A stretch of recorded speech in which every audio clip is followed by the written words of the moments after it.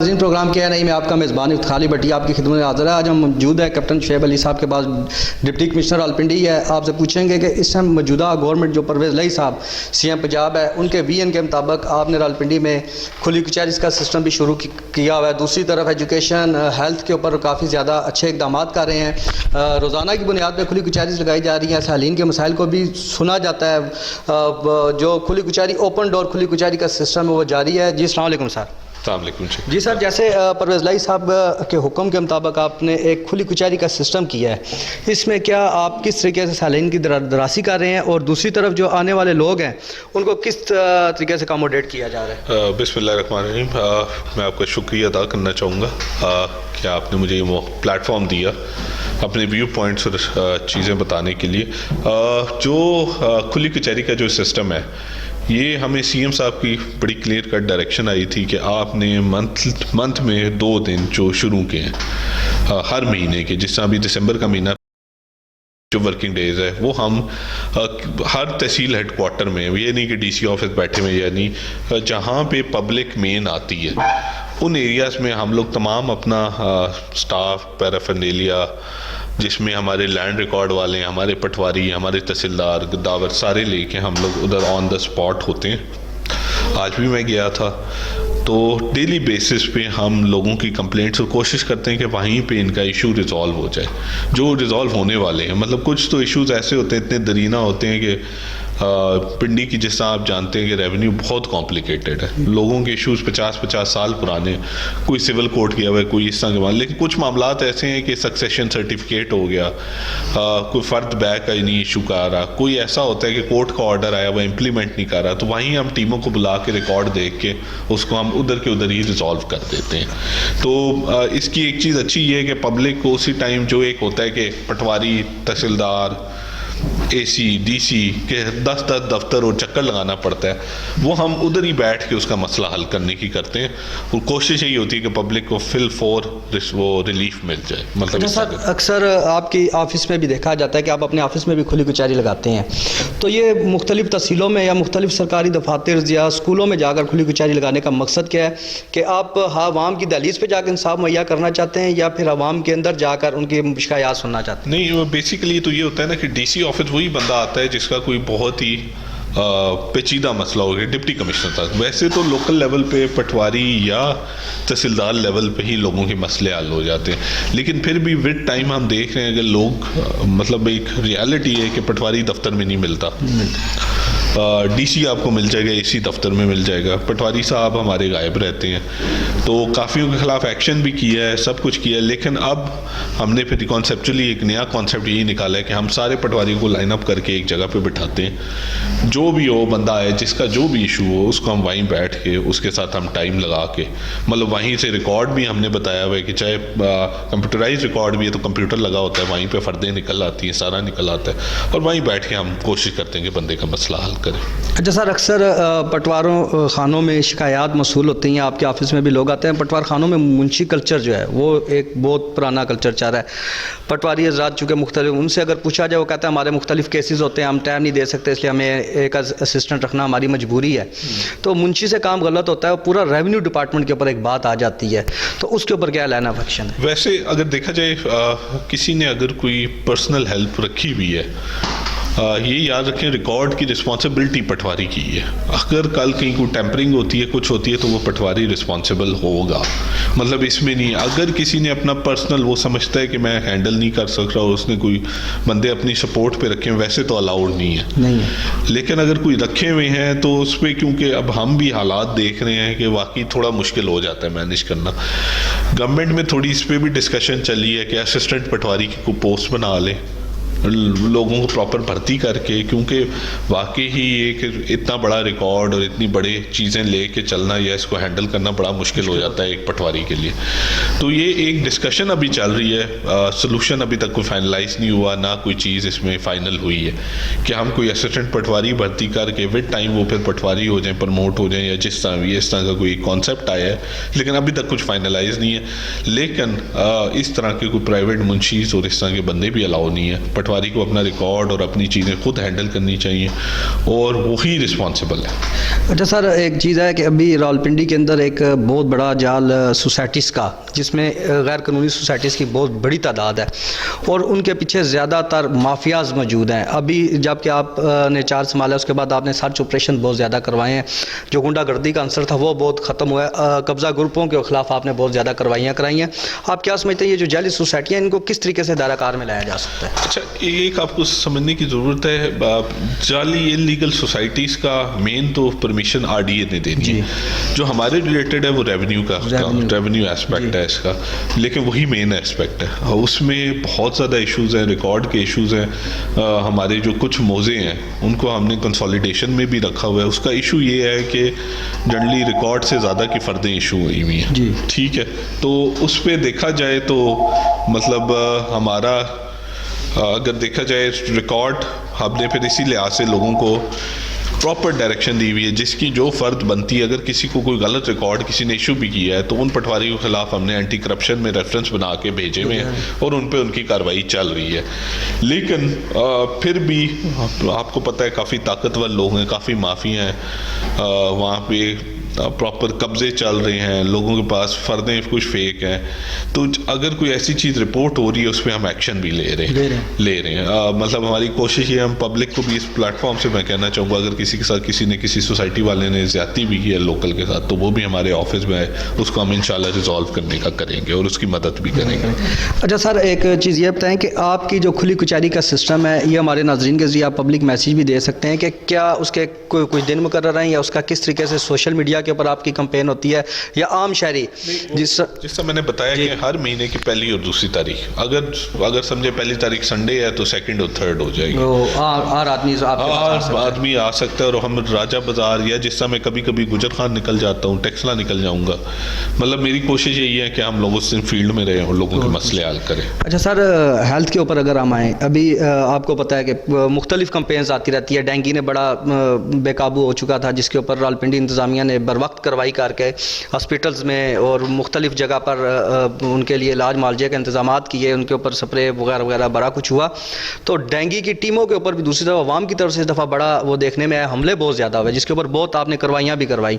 तो क्या समझते हैं अवाम में क्यों ये अवेयरनेस नहीं आ रही कि जो ये उनके मुहाफ़िज़ हैं, जो उनकी जान की हिफाजत करने के लिए उनके घर घर जाकर स्प्रे करते हैं और उनके साथ हमला करना या उनके सरकार में मुदाखलत करना कार्य सरकार में, इसके बारे में?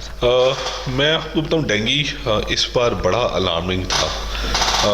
अभी तक पिंडी के हद तक काफ़ी कम डेथ्स हुई हैं, केसेस जो रिपोर्ट हुए हैं उसकी भी अब शरह बहुत कम, 1-2 केसेस पे आ गई है। लेकिन एक स्पाइक ईयर था, ये बड़ा अच्छा कंट्रोल किया इंतज़ामिया ने। इसी तरह स्ट्रिक्ट एक्शन लेके कि जहाँ जिस आबादी में हमें कोई ख़बर मिलती थी किसी किस्म की कि कहीं से केसेस बढ़े हैं या ओवरऑल के कहीं पे कहीं इशू आया है सफाई सुथराई का, तो हमने जाके डोर टू डोर कैंपेन करके लोगों को इसी तरह इनको एक तो एजुकेट भी किया कि वो जाएं।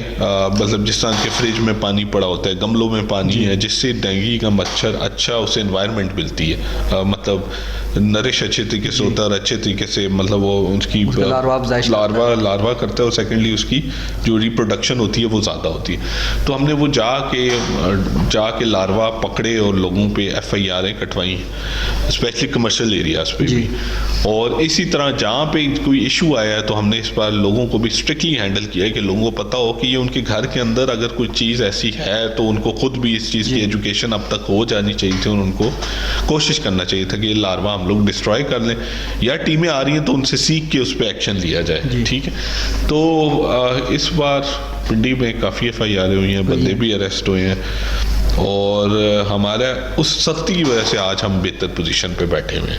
मतलब आज टोटल हमारे पास अगर केसेस रिपोर्ट हुए हैं तो बहुत कम हुए हैं अब, और डेथ्स बहुत कम रिपोर्ट हुई हैं, हालांकि एक्सपेक्टेड इस बार बहुत ज़्यादा था। अच्छा सर, डेंगू के हवाले से ये दूसरा मेरा आपसे सवाल है, इलाज मालजे के हवाले से हॉस्पिटल्स में और BHUs वगैरह में भी आपने काफ़ी इंतजाम किए हुए थे, तो क्या समझते हैं कि इस दफ़ा जिस तरह आपने बेकाबू डेंगू को आपने काबू किया, तो आइंदा आने वाले जो सीज़न होता है उसके लिए क्या तैयारियां की?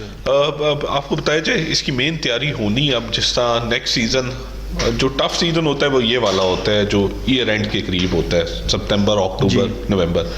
लेकिन मार्च अप्रैल भी इसी तरह गर्मी पड़ने से पहले भी मौसम थोड़ा डेंगू के लिए मतलब बेहतर इन्वायरमेंट होती है।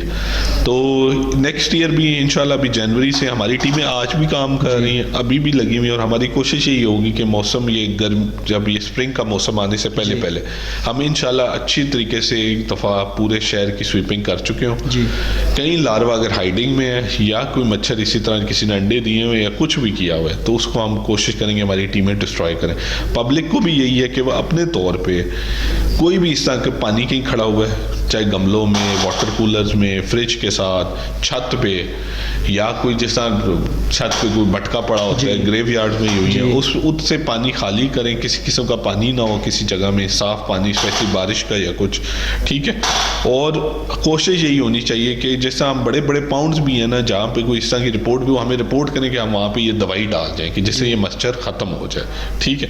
तो जितना हम इस सर्दी में काम करेंगे उतना हमारा ये आगे स्प्रिंग का सीज़न अच्छा गुजरेगा और इतना रिपोर्ट नहीं होंगे केसेस। जहाँ लार्वा है वहीं से डेंगू का मच्छर बनता है और वहीं अगर मच्छर काटता है तो वो लोगों पे अफेक्ट करता है जी। तो दूसरी तरफ सर आज हैं पोलियो के ऊपर, हमारे मुल्क में बात 2-4-5 महीने के बाद कंपेन्स आती हैं हेल्थ के हवाले से, मुख्तलिफ कंपेन्स चलती रहती है। पोलियो कंपेन चूँकि बहुत अहमियत की हामिल होती है, उसके ऊपर सरकार की नज़र होती है, ख़ुसूसी तौर पर ज़िले इंतज़ामिया के लिए एक टास्क होता है ये।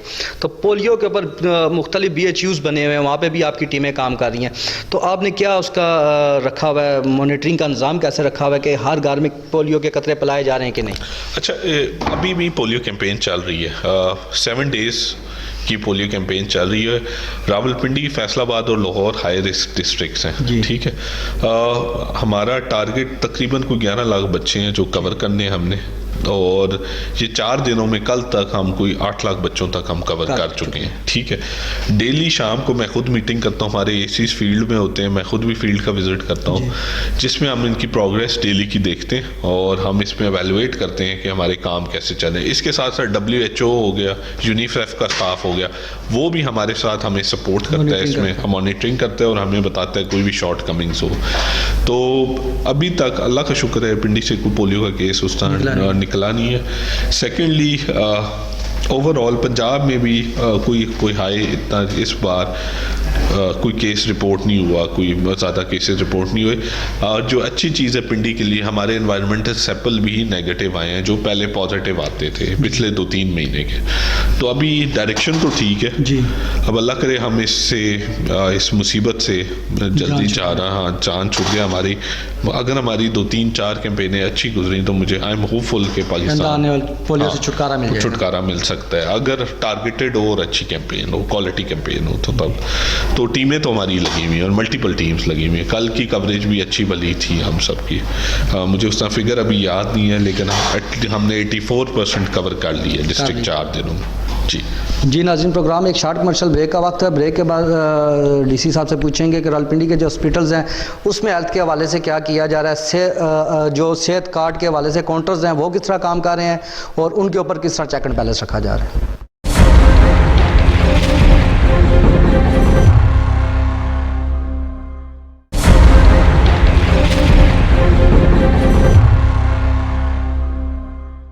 वेलकम बैक नाज़रीन, हमारे साथ मौजूद हैं ADCR साहब रावलपिंडी अब्दुल्ला साहब से पूछेंगे कि सर आप चूँकि रेवेन्यू को डायरेक्टली डील करते हैं, हमारी आवाम को एक अवेयरनेस नहीं है कि रेवेन्यू डिपार्टमेंट में अक्सर लोग जाते हैं, उनके मुश्किलात आ जाती हैं क्योंकि पटवार कल्चर एक ऐसा डिपार्टमेंट है जिसमें आम शहरी का भी वास्ता पड़ा रहता है। तो इसके ऊपर आप लोगों ने आजकल एक खुली कचहरियों का सिस्टम लगाया हुआ है। DC साहब ने जैसा कि प्रोग्राम में भी बताया कि मुख्तलिफ स्पॉट्स पर जाके करते हैं, तो आप चूँकि डायरेक्टली पटवारियों को हेडिंग करते हैं, उनको देखभाल आपके ज़िम्मे है, तो क्या लाइन ऑफ एक्शन क्या है इसकी? जी, बहुत शुक्रिया भट्टी साहब, आपने बिल्कुल ठीक बात पॉइंट आउट की है कि रेवेन्यू में बहुत सारे ऐसे फंक्शंस हैं जिसके लिए आवाम जो है वो महकमे माल के साथ इंटरेक्ट करती है जी। इसमें फ़र्द, इंतकालात, वरासत, उसके बाद रजिस्ट्री, उसके बाद सेटलमेंट की लोगों की बहुत सारी प्रॉपर्टी होती है, उसके लिए उनको PTD की वेरिफिकेशन और आप गिरदावरी कह सकते हैं, और बहुत सारी और ऐसे फंक्शंस हैं रेवेन्यू के, निशानदेही, जिसके लिए आवाम हमारे साथ रब्ता करती है। इन सब के लिए तरीक़ाकार वज़ा किया गया है कानून में, और आपने वो तमाम चीज़ें जो है वो पूरी करनी है, तो आपको वो जो आपका रिक्वायरमेंट है वो पूरी होगी। लोगों की साइड पे भी थोड़ी सी इस चीज़ की नाआशनाई होती है, और हमारी साइड पे भी थोड़ा सा प्रोसीजर कॉम्प्लिकेटेड है, जिसकी वजह से लोग परेशान भी होते हैं, और जिसकी वजह से फिर जो दीगर मसाइल हैं वो जन्म लेते हैं। अब आपने देखे होंगे कि हमने लोगों को बराह रास्त एक फॉर्म देने के लिए बोर्ड ऑफ रेवेन्यू पंजाब ने और हुकूमत पंजाब के ऑर्डर्स पे हर महीने 1 और 2 तारीख को हर तहसील में खुली कचहरी का इनकाद किया जाता है। वहाँ पे असिस्टेंट कमिश्नर से लेके तहसीलदार, गिरदावर, पटवारी, सब रजिस्ट्रार, सब लोग वहाँ मौजूद होते हैं। ये बेसिकली उन लोगों के लिए है जिन लोगों को पूरा महीना नॉर्मल तरीके से अपने काम के लिए दुश्वारी का सामना करना पड़ा है। अदरवाइज़ हमारे अफसर जो हैं वो दफ्तरों में मौजूद होते हैं। कोई भी हमारा साइल आए, कोई सिटीज़न आए, हम उसको सुनते हैं, उसको गाइड करते हैं। मैं खुद तकरीबन रोज़ाना लोगों को गाइड कर रहा होता हूँ। बहुत लोगों की मिसअंडरस्टैंडिंग भी है। मिसाल के तौर पे मुश्तरका खाता है और आप उसकी निशानदेही करना चाहते हैं, ठीक है, जबकि उसका असल हल तकसीम है। तकसीम चूँकि एक थोड़ा सा देर पा प्रोसीजर है, लोग उस तरफ नहीं जाना चाहेंगे शॉर्टकट के चक्कर में। किसी की ज़मीन पे कब्जा हो गया है, आप बहुत ज़्यादा सुनेंगे कि जी महकमा माल इस पे कार्रवाई नहीं कर रहा। स्टेट लैंड पे कब्जा हो तो महकमा माल जो है वो डायरेक्टली उस पर कार्रवाई कर सकता है। जहाँ 2 पार्टीज के बीच में तनाज़ा हो, वहाँ पे जो प्रॉपर फॉरम है वो है revenue court, civil court. Revenue court सिर्फ उस आप कह लें केस में है जहाँ पे ज़रई ज़मीन होगी, जिसको लैंड रेवेन्यू एक्ट के तहत आप ज़रई रकबा या जिसको आप लैंड कहते हैं। अगर आपका प्लॉट है, आपका घर है, आपकी कंस्ट्रक्टेड प्रॉपर्टी है, बेशक उसकी रजिस्ट्री इंतकाल आपके नाम पे और उस पर किसी ने कब्जा कर लिया है, तो आपको सिविल कोर्ट जो है उसका दरवाज़ा खटखटाना है और वहाँ से आपका हसूल होगा। अब आप उसकी जितनी मर्जी दरख्वास्त यहाँ देंगे, हमारे हाथ बंधे में कानून से, हम उसके ऊपर ओवरस्टेप नहीं कर सकते। तो इस तरह हर चीज़ के बारे में थोड़ी थोड़ी चीज़ें हैं जिसमें मैं आप लोगों के इस बहुत अच्छी बात है कि आप इस मैटर पे भी बात कर रहे हैं, ताकि आवाम थोड़ी सेंसिटाइज हो कि तरीकाकार करना क्या है, कहाँ किस चीज़ की एप्लीकेशन देनी है, ठीक है। फिर रजिस्ट्रीज़ का इशू होता है। अक्सर लोग कहते हैं जी हमारी रजिस्ट्री नहीं की जा रही, हमसे रजिस्ट्री में पैसे डिमांड किए जा रहे हैं। अब बात यह है कि रजिस्ट्री के लिए आपने सरकार की फीसें हैं जो अदा करनी है, ठीक, उसमें एडवांस टैक्स भी है, गेन टैक्स भी है, म्यूटेशन फ़ी भी है, FBR का टैक्स, और ये सारी चीज़ें हैं, ज़िला काउंसिल का टैक्स भी है।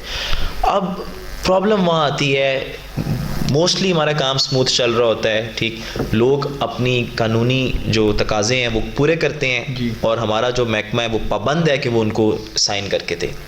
जहाँ पे लोग ये चाहते हैं कि कोई फ़ीस उनसे ना ली जाए, उनका नक्शा पास नहीं है या फीस उनकी कम की जाए, तो वहाँ पे फिर ऑब्वियसली वो इश्यूज दोनों साइड से फिर खड़े हो जाते हैं। फिर हमारे एहलकारों में भी जहाँ जहाँ प्रॉब्लम सरफेस हुए हैं, हमने वहाँ एक्शन लिया है, ठीक। तो इन जगहों के ऊपर फिर जब दोनों एक चीज़ के ऊपर सरकार को नुकसान देना चाह रहे होते हैं, तो फिर बाद में इशू खड़ा हो जाता है। फिर अक्सर यहाँ लोग कंप्लेंट लेके आते हैं, तो फिर मैं दोनों साइड पे कार्रवाई करता हूँ, उनकी डॉक्यूमेंट भी इंपाउंड करता हूँ और अपने साइड पे भी हम ये सारी महकमाना कार्रवाई करते हैं। एक और बहुत बड़ा फीचर जो महकमा माल ने बोर्ड ऑफ रेवेन्यू की डायरेक्शंस पे इंट्रोड्यूस किया वो है DMMs, दही मरकज़ माल।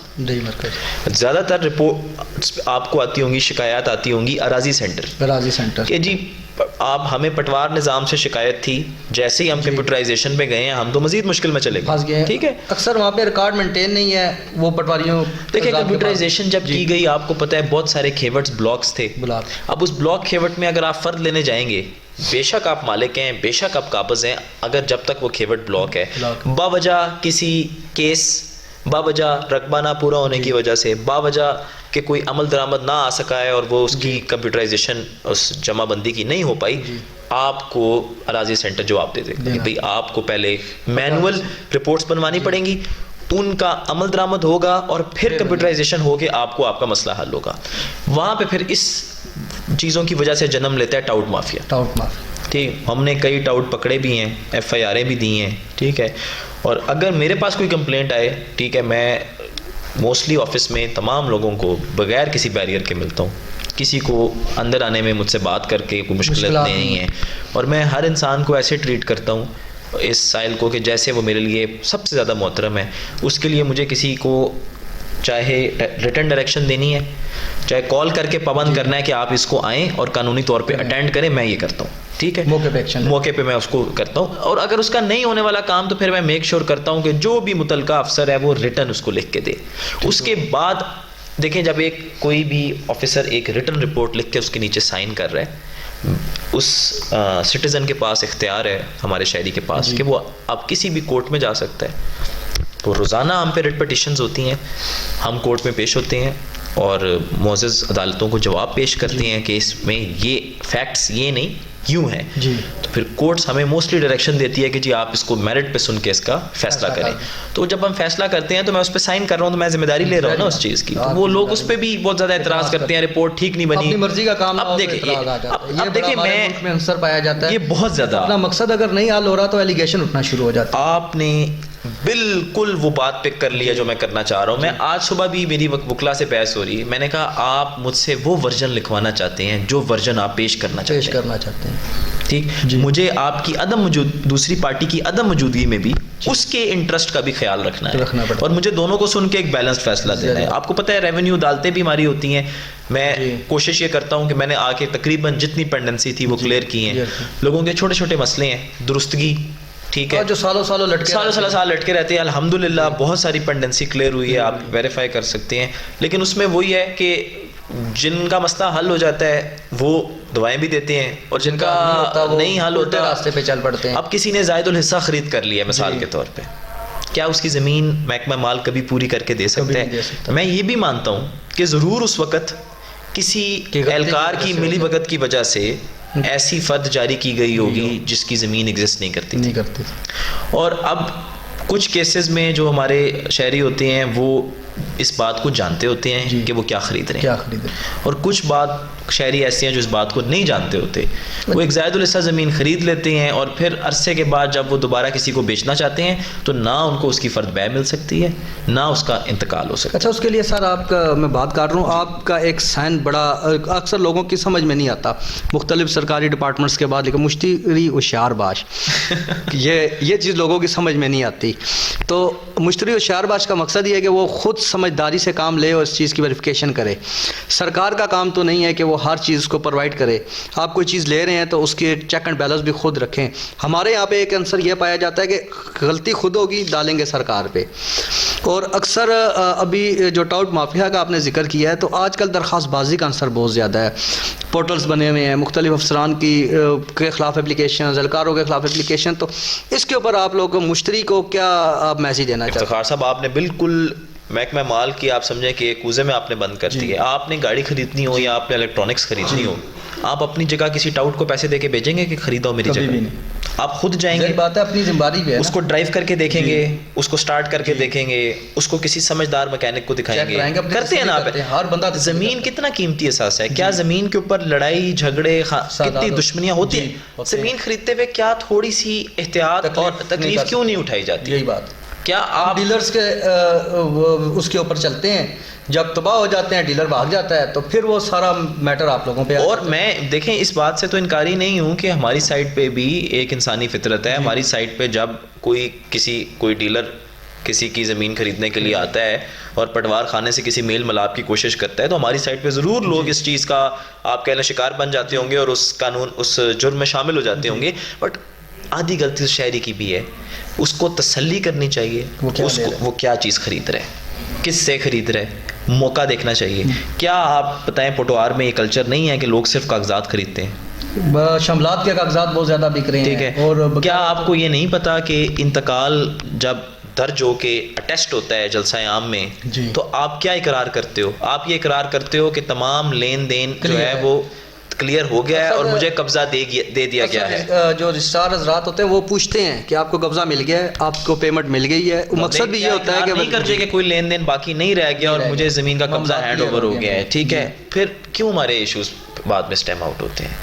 तो ये वो तमाम हकीकतें हैं जो लोगों को भी समझनी चाहिए जी। हमें भी इस्लाह की ज़रूरत है हमारी साइड पर, हम कर रहे हैं। बोर्ड ऑफ रेवेन्यू पंजाब जब उसको पॉइंट आउट होता है ना कि इस सिस्टम में ये लीकेज हो सकती है, वो उस लीकेज के लिए एक कानून बनाता है, एक सिस्टम तैयार करता है और उस चीज़ के ऊपर कोशिश करता है। बहरहाल वो कहते हैं ना, हम इंसान हैं, हम कोई ना कोई रास्ता निकाल लेते हैं, ठीक है। तो वो आहिस्ता आहिस्ता हमारा सिस्टम बेहतर हो रहा है। मुझे पूरी उम्मीद है कि इंशाल्लाह वक्त के साथ साथ एक स्टेज आएगी कि हमारा लैंड रिकॉर्ड जो है वो एक अभी लोग इसको बड़ा बुरा समझते हैं, ठीक है। तो और अक्सर मैंने नीचे लोगों का तासुर देखा है, वो खुद नहीं डील करना चाहते। वो कहते हैं यार किसी को पैसे दो जी, वो जाके हमारी रजिस्ट्री तैयार करवाए, हमारा इंतकाल तैयार करवाए, हमें घर बुला के पटवारी को हमसे सिर्फ साइन अंगूठे करवा ले। तो ये कल्चर ख़त्म करें। आप इस ज़मीन से कम कीमती चीज़ें बहुत ज़्यादा एहतियात के साथ खरीदते हैं और इतना महंगा जो ज़मीन है ये एहतियात आप समझौता नहीं करते। एग्जैक्टली भट्टी साहब, आप बिल्कुल ये एहतियात आप अक्सर सारे एक चीज़ देखिए, हमारे अंदर एक कल्चर पाया जाता है खड़पैंची का, सरदारी का। हम लोग शो करते हैं यार वो मैं पटवारी को कॉल करूँगा, मेरे घर आ जाएगा या रिकॉर्ड में मंगवा लेता हूँ।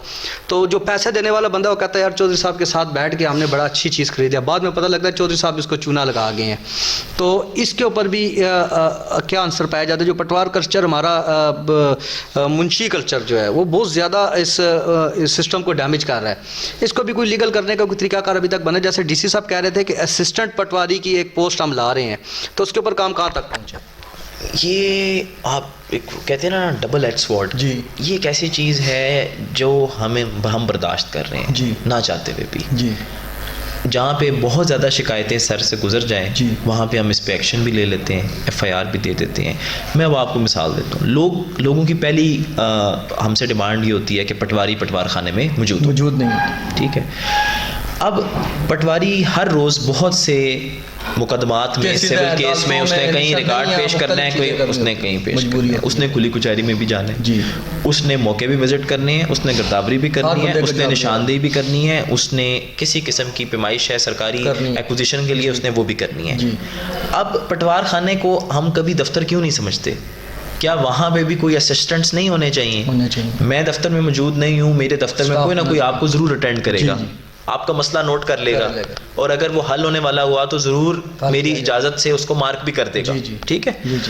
पटवारी के पास अपने असिस्टेंट रखना मजबूरी है, ठीक है। बट जब वो, अब प्रॉब्लम क्या है? प्रॉब्लम ये है कि पटवारी है सरकारी मुलाजिम, वो कहीं ना कहीं कानून को जवाब दे।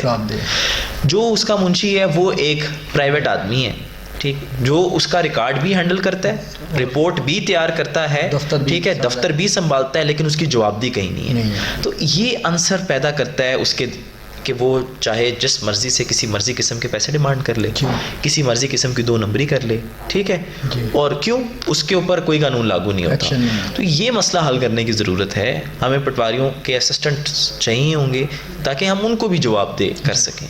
अक्सर पटवारी यहाँ के कहते हैं कि सर मुझसे तो इसने कोई बात नहीं की, और जब पूछा जाता है साहिल से, वो कहता है जी बाकी मेरी इनसे तो बात नहीं हुई, मुंशी से हुई। कहते हैं सर मुझे नहीं पता किसकी बात कर रहे हैं। अब अक्सर लोगों को पता भी नहीं होता कि पटवारी बैठा है या मुंशी बैठा हुआ है। बिल्कुल जी। हम यही चाह रहे हैं कि पटवार निज़ाम के और उनके असिस्टेंट्स आए, इनके सर्विस कार्ड बने, इनको वो इज्जत दी जाए जो एक दफ्तर को दी जाती है, ताकि वो दफ्तर की तरह चले, वो एक किसी मछली मंडी की तरह मत चले, एक 1 मैन शो ना हो। नंबर 2, DMMs, देई मरकज माल, अराजी सेंटर के पैरेलल हर पटवारी को कंप्यूटराइज्ड मोज़े के अंदर एक लैपटॉप फ्राहम किया गया है, प्रिंटर फ्राहम किया गया है। अब आप कंप्यूटराइज्ड फरदात का जो इजरा है वो एक पटवारी भी कर सकता है, ठीक है। उसका लॉगिन क्रिएट है वो, और ये एक्टिविटी पेलरा जो हमारी पंजाब लैंड रिकॉर्ड अथॉरिटी है वो इसको ट्रेस भी कर रही होती है, इसको वॉच भी कर रही होती है। चेक एंड बैलेंस मुकम्मल है इसके ऊपर। किस वक्त फर्द निकली, किस वक्त ब्लॉकेज का इंदराज किया गया, किस वक्त हटाया गया, क्या ये कोई गैर मामूली टाइम तो नहीं था? क्या किसी थोड़े टाइम के लिए किसी इंसान को तंग करने के लिए तो नहीं ये काम किया गया? ये तमाम चीज़ें वॉच हो रही होती हैं और सस्पिशियस एक्टिविटी के नाम से इन एक्टिविटीज़ को हमें शेयर किया जाता है कि देखें जी इनको ट्रेस करें, ये जो कंप्यूटर पे एक्टिविटी हुई है ये हमें सस्पिशियस लग रही है जी, ठीक है। बहुत सारे लोगों को ऐसे तंग किया जाता है कि आप फ़र्द लेने जाएंगे, वो आपको बताया जाएगा आपका खेवट ब्लॉक है, फ़र्द बदल ले आए या आप मुख्तलिफ चीज़ें पूछेंगे जी कहाँ है, वो आपको दिखाएंगे जी आपका खेवट बाकी ब्लॉक है, ठीक है। और वो केवट आर्जी तौर पे जानबूझ के ब्लॉक किया गया होगा। जैसे ही आप बाहर निकलेंगे आपको एक फलाई मददगार मिल जाएगा, ठीक है, जो कहेगा जी मैं आपका मसला हल करा देता हूँ, वहीं से उसकी टीका लग जाएगा, वहीं से हमारी रिश्वत और ये सारा सिस्टम स्टार्ट हो जाता है, जिसके ऊपर काबू पाने के लिए पंजाब हुकूमत, मैं कहता हूँ पूरे पाकिस्तान में सबसे आगे है। आगे ठीक है, आप कई सूबों में कई चीज़ों देखते हैं, पंजाब में बहुत सारी चीज़ों पे बहुत परवेज़ लाई साहब ने बड़ा काम किया इसमें। ज़ाहिर है वो समझते हैं हर चीज़ को, इंटरनल कंट्रोल्स जो हैं वो बहुत ज़्यादा है हमारी गवर्नमेंट बहुत में, ज़्यादा। ठीक है, और इसको Aahista Aahista board of revenue जो है वो बेहतर कर रहे हैं। अच्छा सर, तो मैंने ये आपको एक ब्रीफ सारा समझाया कि आपको कम से कम लोगों को भी आइडिया हो जाए कि चीज़ें क्या कैसे होना चाहिए। चल रही हैं। अच्छा सर, एक चीज़ बताएं कि खिदमत सेंटर जो बने हुए हैं हमारे, जी। खिदमत सेंटर के क्या काम है, इसके ऊपर मुख्तलिफ काउंटर्स बने हुए हैं, नादरा से लेकर एक ट्रैफिक लाइसेंस तक का वहाँ पे एक काउंटर मौजूद है। तो आप इसको किस तरीके से चेक एंड बैलेंस करें? कुछ ऐसे काउंटर्स हैं जो पंजाब के अंडर है, कुछ ऐसे हैं जो मरकज़ के अंडर हैं, तो इन तमाम को किस तरीके से आप लोग हैंडल कर रहे हैं? देखें, सबका पर्पस क्या है? सिटीजन फैसिलिटेशन, जी। ठीक है, चाहे वहाँ पे डोमिसाइल बन रहा है, चाहे एक साइज की एंट्री हो रही है, चाहे वो एक बेसिकली वन विंडो ऑपरेशन है। Window operation. बाद में जो भी कवायद आप वहाँ जमा करेंगे जी। उस पे हर मुतलका महकमे का कानून लागू है। जी। वो एतराज़ लगा सकता है, जी। वो कागज़ों को रिटर्न कर सकता है, ठीक है। इवन वहाँ पे आपने देखा होगा कि बैंक ऑफ पंजाब का भी काउंटर है, ताकि वहीं फीस जमा हो, वहीं कागजात जमा हो, वहीं आपको छत के नीचे तमाम इस सहूलियात सब का मिलें, पर्पस क्या है जो मैंने अभी पहले बात की, तकलीफ ना हो, कि वो तकलीफ ना हो, और वो जो टाउट एक बंदा आपको कहे कि जी आपका सारा काम मैं करके देता हूँ, ठीक है। तो इस चीज़ से, और वहाँ पे लोगों को कभी बहुत कम मैंने शिकायत सुनी है, वहाँ पे दिन का बहुत ज़्यादा फुटफॉल है, हज़ारों लोग वहाँ पे अपने लोग आते हैं जाते हैं, कभी अल्हम्दुलिल्लाह वहाँ पे मैंने किसी किस्म की शिकायत नहीं देखी। इसका मतलब है कि एक निज़ाम यहाँ पे चल रहा है। जो हमारी गलतियाँ हैं वो अब हमें लोग भी पॉइंट आउट करते हैं, आप लोग भी, भाई हमारे मीडिया वाले भी पॉइंट आउट करते रहते हैं, और आप देखते होंगे कि हम उस पर एक्शन भी लेते हैं। तो वक्त के साथ साथ चीज़ें इंशाल्लाह इस पे बेहतर होती जाएंगी। अच्छा सर, प्रोग्राम का वक्त ख़त्म हो गया, आप हमारे नाजरीन को क्या मैसेज देना चाहेंगे एज ADCR और DC साहब के तर्जुमान होने की हैसियत से? क्या मैसेज देना चाहते हैं? हमारे अगर आवाम किसी भी जगह पर सोसाइटीज़ है या किसी भी चीज़ पर इन्वेस्टमेंट करती है तो उसको किस चीज़ को मद्देनज़र रखना चाहिए? मेरे ख्याल से मैंने जो थोड़ी देर पहले कहा कि ज़मीन एक कीमती असास है, इसकी ख़रीदो फ़रोख्त करते वक्त आप ख़ुद इसमें शामिल हों, आप मैक्सिमम एहतियात बरतें, आप कंसल्ट करें जहां आपको शक पड़े, और आपके पास सब ऑप्शंस अवेलेबल हैं। हमारी फाटा RDA की वेबसाइट है जिस पे अप्रूव्ड अनअप्रूव्ड सोसाइटीज़ के भी बारे में भी मालूमात है। आप खुद थोड़ा सा इस पे मेहनत करेंगे तो आपको महकमा माल को आप बड़ा ट्रांसपेरेंट पाएंगे, और अगर आप इसको प्राइवेट लोगों के हाथ में दे देंगे तो आप इसी महकमा माल को बहुत करप्ट पाएंगे। तो ये अब आपकी एहतियात है कि आप इसको कैसे पाते हैं। Thank you. जी नाज़रीन, प्रोग्राम का वक्त ख़त्म हुआ है। जैसा कि DC साहब और ADCR साहब ने हमें महकमा रेवेन्यू और मुख्तलिफ डिपार्टमेंट्स के बारे से आगाह किया। अपने मेज़बान इफ्तारी भट्टी को इजाज़त दें, इंशाल्लाह अगले प्रोग्राम में फिर आपकी खिदमत में हाज़िर होंगे। तब तक के लिए अल्लाह के बाद।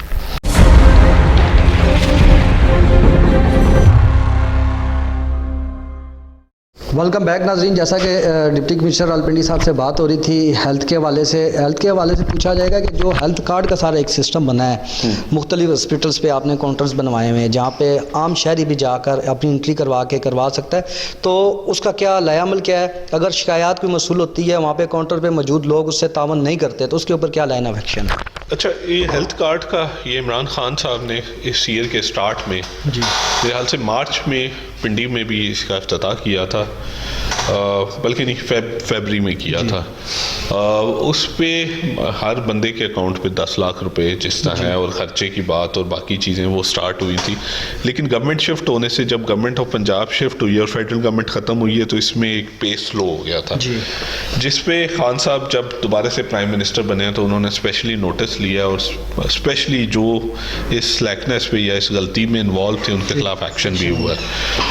अब फिर से इस हेल्थ कार्ड पे काम शुरू है। पब्लिक को उसी तरह जहाँ उनके काउंटर्स बने हुए हैं हॉस्पिटल्स में, फैसिलिटीज़ अच्छी मिल रही हैं और इलाज भी अच्छे तरीके से हो रहा है। कई जगहों पे कंप्लेंट्स आ रही हैं क्योंकि इसकी फंडिंग के इशू कोई फेडरल गवर्नमेंट से थे, तो कई जगहों पे पैसे अभी तक पहुंचे नहीं हैं, तो डॉक्टर्स ने थोड़ा सा इस पे स्लो किया था काम करने पे। लेकिन फिर गवर्नमेंट ने, मतलब मैंने स्पेशली इसमें नोटिस लिए और हमने कहा पेमेंट जो जिस डॉक्टर की बनती है इसके मुताबिक उसे मिलेगी, आप अपना काम जारी रखें क्योंकि रिकॉर्ड पे आ रहा है, ठीक है ना। तो मेरे ख्याल से अब इसमें इशू कोई नहीं है। बीच में नो डाउट जुलाई अगस्त में इसमें क्योंकि गवर्नमेंट शिफ्ट की वजह से चीज़ें थोड़ी सी हुई थी और डॉक्टर्स ने खुद अपने तौर पे भी बंद कर दिया था क्योंकि ऊपर से फंडिंग नहीं आ रही थी। अब गवर्नमेंट ऑफ पंजाब ने बहुत क्लियरली इसमें डायरेक्शन दी हुई है कि इसमें जितना भी फ़ंड लगता है, पब्लिक की वेलफेयर के लिए गवर्नमेंट तैयार है देने को, तो मेरे ख्याल से इसमें अब इशू नहीं होगा। अच्छा सर, जो सरकारी हॉस्पिटल्स में जो फ्री दवाइयात हैं उसका क्या है? अक्सर खबरें होती हैं कि हॉस्पिटल्स में दवाइयात ख़त्म हो गई हैं या मिल नहीं रही, उसके ऊपर क्या लेना?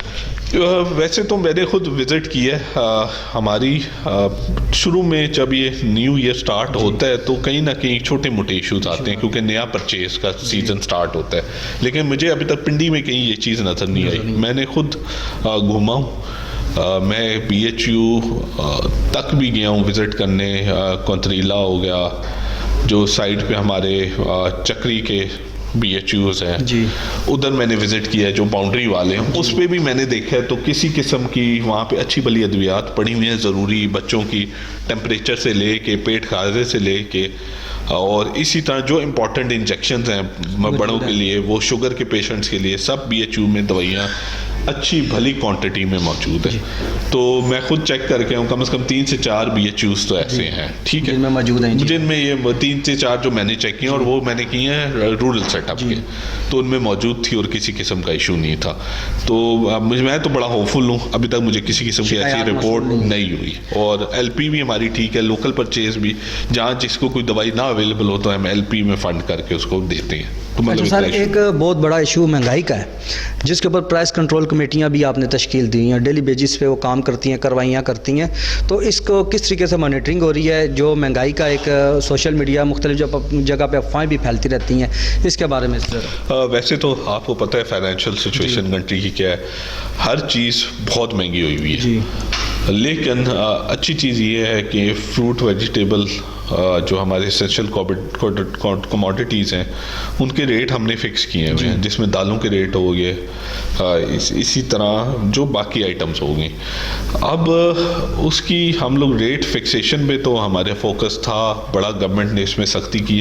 प्राइस चेकिंग में जहाँ देखा जाए हमारे प्राइस मजिस्ट्रेट्स डेली बेसिस पे जा रहे हैं, लास्ट मंथ भी हमारा 30 लाख से अबव नवंबर में हमने फ़ाइन किया, लेकिन मैं इनको ये भी कह रहा हूँ कि इन्वायरमेंट की इस तरह की ना बनाएं कि जिसने थोड़ी सी ओवर चार्जिंग कर रहा है तो उस पर हम फ़ाइन करें। हमें दुकानदार को भी अंडरस्टैंड करना चाहिए कि क्वालिटी की अगर चीज़ को बेच रहा है तो वो महंगी होगी आम मार्केट से, क्योंकि यहाँ पे अव्वल कैटेगरी का, दोम कैटेगरी का सामान भी बिक रहा है। तो हमारा मेन देखा जाए फोकस तो है कि अगर कोई महंगा बेच भी रहा है उसे फ़ाइन करें, लेकिन कोशिश करें कि वो अपने रेट पे भेजे, ये ना हो फ़ाइन करके फिर वो इसी तरह अपना रूटीन में आ जाए।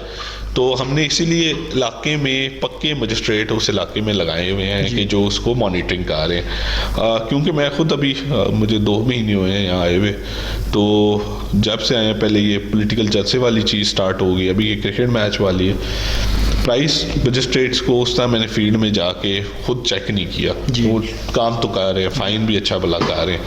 तो नेक्स्ट मेरा होगा कि मैं इतनी जाके भी चेक करूँ कि ये काम कैसा कर रहे हैं, कोशिश करेंगे हम मार्केट को फैसिलिटेट करें रेदर के हम फ़ाइन कर करके मार्केट का एनवायरनमेंट ख़राब करें। अच्छा सर, आटे के हवाले से बात की जाए, मुख्तलिफ स्पॉट्स बने होते हैं, मुख्तलिफ जगह पे ट्रक्स या गाड़ियाँ मौजूद हैं, बैनर्स लगे हैं सस्ता आटा लेने के लिए। एक चीज़ ये बताएं कि आटे की क्वालिटी के हवाले से बड़ी बात की जाती है, इसकी क्वालिटी को किस तरह मेनटेन रखा जाता है, और दूसरा ये स्पॉट्स पे किस तरह पता लगता है कि जो आटा गाड़ी से गया है वो आम आदमी तक पहुँचा, तंदूरों या होटलों पर नहीं गया? सोशल मीडिया पर अक्सर वीडियोज़ जारी होती हैं कि आटा ब्लैक की मार्केट में जाके सेल हो जाता है। अच्छा, जिस तरह आपको पता है कि जब ये सस्ता आटे की स्कीम स्टार्ट हुई थी 490 रुपए में था, लेकिन क्योंकि बैलेंस मेंटेन नहीं कर सके मार्केट में और ये आम आटे में इतना गैप आ गया था, और क्योंकि हमने गवर्नमेंट की भी पूरे ये जितना भी हमने वीट परचेज की हुई है और उसको रैशनलाइज करना था, तो फिर मेरे हाल से अब रेट बढ़ के 680 रुपये तक मेरे हाल से हो गया 10 kg के बैग का। वैसे तो उसकी क्वांटिटी बहुत ज़्यादा है, क्वांटिटी का हमें मसला नहीं है, सप्लाई का हमें मसला नहीं है, आटे का मार्केट में किसी किस्म की शॉर्टेज नहीं है। लेकिन जिस तरह आपको पता है पिंडी एक ऐसा डिस्ट्रिक्ट है जिसकी बाउंड्रीज AJ KP के GB तक सारा आटा पंजाब का सप्लाई हो रहा है, ब्लैक में जा रहा है। ब्लैक में ना कहें, लेकिन हम अब देखें, आप मैं इसको इन अल्फाज में भी नहीं यूज़ करूँगा, टेक्निकली देखा जाए राइट तो है, देखिए ना, अगर देखा जाए वीट प्रोड्यूसिंग, अगर देखा जाए वीट प्रोड्यूसिंग, सिर्फ पंजाब ही वीट प्रोड्यूसिंग एक किस्म का सूबा है जी। मरी पहाड़ी इलाका है जी। इसी तरह केपी के मोस्टली पहाड़ी इलाका है, तो अब उनकी जितनी वीट की रिक्वायरमेंट है पूरी तो पंजाब नहीं करनी है अभी, लेकिन गवर्नमेंट्स में गैप्स हैं चीज़ों में, तो उस गैप्स का फ़ायदा उठा जाते हैं कुछ लोग, क्योंकि टेक्निकली देखा जाए टेक्सला में 34 फ्लोर मिल लगी हुई है। वो किस लिए लगी हुई है? इसलिए लगी हुई केपी के जीबी की रिक्वायरमेंट पूरी कर रहे हैं। तो आटा यहाँ से सस्ता आटा जो पंजाब की आवाम के लिए था वहाँ जा रहा है और शायद महंगे रेट्स में भी बिक रहा है, वो गलत है। तो इस पर गवर्नमेंट टू गवर्नमेंट एक सेक्रेटरी फूड और मिनिस्टर फूड्स की आपस में एक डिस्कशन हुई है कि इसको हम चैनलाइज कर लें। तो इस पर वर्किंग अभी चल रही है, थोड़ा स्लो है क्योंकि गवर्नमेंट शिफ्ट और चीज़ों पे काम इस वजह से स्लो हो गया था। लेकिन स्मगलिंग वाला जहाँ पे एलिमेंट है, आपको पता होगा हमने चौकियाँ लगाई थी, टेक्सला में भी बहुत ज़्यादा पकड़े, इसी तरह माल अटक की डिस्ट्रिक्ट ने भी बहुत ज़्यादा माल पकड़ा है और हमने इसको डिस्करेज किया। इसी तरह खुशाब जो हमारी केपी में बाउंड्रीज लग रही हैं, बखर का एरिया भी हो जाए, मियाँ वाली का एरिया भी हो जाए, वहाँ पर भी स्मगलिंग को रोकने के लिए बहुत काम हुआ है। FIR हुई हैं, लोगों को पकड़े गए और बड़े बड़े ग्रुप्स पकड़े गए। अभी स्मगलिंग की बात नहीं हो रही, स्मगलिंग अब किसी किस्म की मेरा से पूरी तरीके से रुकी हुई है और मार्केट में मेरा से आटे की सप्लाई बहुत सफिशेंट है, तो मेरे ख्याल से इतना इशू नहीं है अभी एट द मोमेंट किसी किस्म। पिछले दिनों ताजर बिरादरी के साथ आपने एक मीटिंग करने के बाद मुख्तलिफ करियाना स्टोर्स पर आटे के स्पॉट्स लगवाए थे, उसका मकसद क्या था? बेसिकली हम यही कह रहे थे कि लोगों तक ये आटा पहुँचे। जनरली एक दो जगह से ये कंप्लेन आई थी कि आटा मेन शहरी एरिया में, रूरल एरिया में नहीं मिल रहा, तो उसमें हमने फिर रूरल एरिया में स्पेशल प्लॉट्स शॉप्स वगैरह इंडिकेट की थी और वहाँ पे लगवाई थी। इसी तरह ट्रकिंग पॉइंट्स भी लगाते हैं, ट्रक भेज देते हैं, कहीं किसी आबादी में अगर ज़रूरत है तो वहाँ पे कर देते हैं। अभी तक अल्लाह का शुक्र है किसी किस्म की फिर शॉर्टेज या किसी किस्म पब्लिक कंप्लेन नहीं आई कि हमें आटा मसूल नहीं हो रहा या सरकारी आटा पहुँचा नहीं है। तो ओवरऑल पिंडी की सिचुएशन अभी बेहतर है। अच्छा सर, तजावज़ात के हवाले से बात करें, रावलपिंडी राजा बाज़ार मुख्तलिफ एरियों में तजावज़ात बहुत ज़्यादा है, ट्रैफिक का इशू बहुत ज़्यादा है। आए दिन म्यूनसिपल कॉर्पोरेशन वाले, TMA वाले ऑपरेशंस करते रहते हैं, लेकिन उनके ऑपरेशंस के चंद मिनट बाद वही तजावज़ात माफिया दोबारा अपनी जगह पर आ जाती है। तो इसके ऊपर आज तक क्यों नहीं काबू किया गया? इस पे वैसे अगर देखा जाए एक होलसम प्लान हम लोगों ने, मेरी ट्रेडर एसोसिएशन वालों से बात हुई थी, वो भी हमारी सपोर्ट में। वो नहीं चाहते कि ये लोग यूं ही थड़े बना के या आगे बाहर बैठे हों उनके दुकानों के। जनरली हमें ये पहले इंप्रेशन था कि दुकानदारों ने बिठाए हुए, लेकिन इस तरह नहीं है, लोग खुद से भी बैठे हुए हैं। पुराना कल्चरली ये चीज़ एक चल रही है। तो विद टाइम अभी हम लोग एक ग्रैंड ऑपरेशन वगैरह प्लान कर रहे हैं जिसमें हम इनका पूरा सामान ही उठा के, नो डाउट आगे इसकी कॉम्प्लिकेशंस भी हैं, लेकिन कोशिश यही करेंगे कि फुल सख्ती करें और कोई इस तरह अगर हैं इंक्रोचमेंट्स उसको हटाएं, क्योंकि बाकी ट्रैफिक के इशूज़ पुराने शहरों में अंदर गलियाँ पतली हैं, इस तरह के बहुत इशूज़ और कंप्लेंट मसूल हो रही हैं। तो इंशाल्लाह अभी क्योंकि पुलिस की कमिटमेंट भी ज़्यादा ये मैच की तरफ थी, जैसे ही इससे पुलिस फ्री होती है तो हम एक ग्रैंड ऑपरेशन प्लान करेंगे एंटी इंक्रोचमेंट के। अच्छा सर, मैचेस के हवाले से, सिक्योरिटी के हवाले से कहा जाता है कि रावलपिंडी में बहुत बड़ा इवेंट ये मैचेस का हो रहा है, एक स्टेडियम है, कंप्लेन बहुत ज़्यादा वहाँ से आती है। सिक्योरिटी पॉइंट ऑफ व्यू के हवाले से जब डबल रोड बंद किया जाता है, ताजर बिरादरी बहुत ज़्यादा परेशान होती है, वो कहते हैं हमारा कारोबार बंद हो जाता है। तो इसके ऊपर क्या लाइन अफेक्शन है? दूसरे मैच की सिक्योरिटी के लिए आपने क्या इंतजाम किए? अच्छा, ये तकरीबन कुछ 7000 पुलिस ऑफिशियल्स हैं जो डिप्लॉयड हैं। इसी तरह हमने कोई 150 कैमरास लगाए हैं और कॉन्सर्टीना वायर के नाते जिस तरह आप देख रहे हैं, प्रॉपर लोगों को हम यूं इलामा इकबाल पार्क के अंदर से प्रॉपर चेकिंग करके आगे फिर स्टेडियम पे आने दे रहे हैं, क्योंकि एक इंटरनेशनल टीम बड़े अरसे बाद पाकिस्तान में इस तरह आना शुरू हुई है, तो और वो बड़ा कंफर्टेबल है सिक्योरिटी अरेंजमेंट से। तो हमें थोड़ी सी तकलीफ नो डाउट ये डबल रोड के जो, मैं शॉप्स वालों की बात तो नहीं करूँगा, लेकिन पब्लिक को ज़्यादा हो रही है, आना जाना उनका बंद हो जाता है, स्पेशली जिनके घरों की रास्ते हैं वहाँ से। तो थोड़ा सा उनको बेयर आउट करना पड़ेगा, क्योंकि हमारे पास और कोई रास्ता नहीं है या तरीका नहीं है कि डाइवर्जन लगा के कर दें। और ये इंटरनेशनल टीम के साथ जो सिक्योरिटी के ऑफिशियल्स होते हैं उनकी रिक्वायरमेंट है कि एक एक रोड ब्लॉक हो, कोई किसी किस्म की एक्सेस ना हो।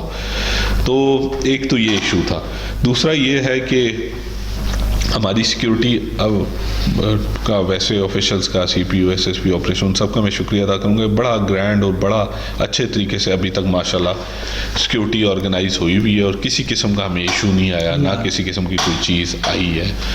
पब्लिक से मैं कहूँगा ये मैचेस भी जिस तरह ग्राउंड में भी मैं कल भी गया था तो 4000 तकरीबन 4000 बंदा था, आज मुझे उम्मीद है कि ज़्यादा होगा।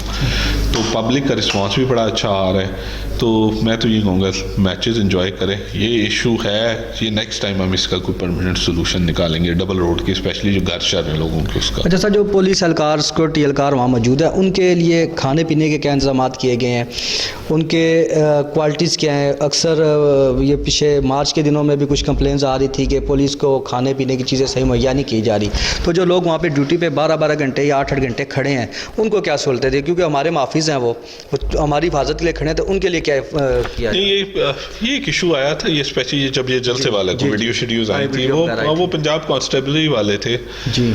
उन्हें खाना टाइम पे नहीं मिल सका क्योंकि फोर्स काफ़ी ज़्यादा पिंडी में आई हुई थी और अगर मिला है तो क्वालिटी ठीक नहीं थी। इस पे फिर सीपीओ साहब ने प्रॉपर एक प्राइवेट वेंडर, किसी किस्म की मतलब अपना लंगर खाना नहीं, प्राइवेट वेंडर से ही चीज़ बन के उसकी क्वालिटी इंश्योर करके ये लोग बिलिंग कर रहे हैं। लेकिन ये सब्जेक्ट क्योंकि सीपीओ का है, सीपीओ साहब खुद इसको हैंडल कर रहे हैं, तो बेहतर होगा उनसे इसके बारे में सवाल किया जाए। जी नाज़रीन, प्रोग्राम एक शॉर्ट कमर्शियल ब्रेक का वक्त है, ब्रेक के बाद बाकी मामलात पर डिस्कस करते हैं।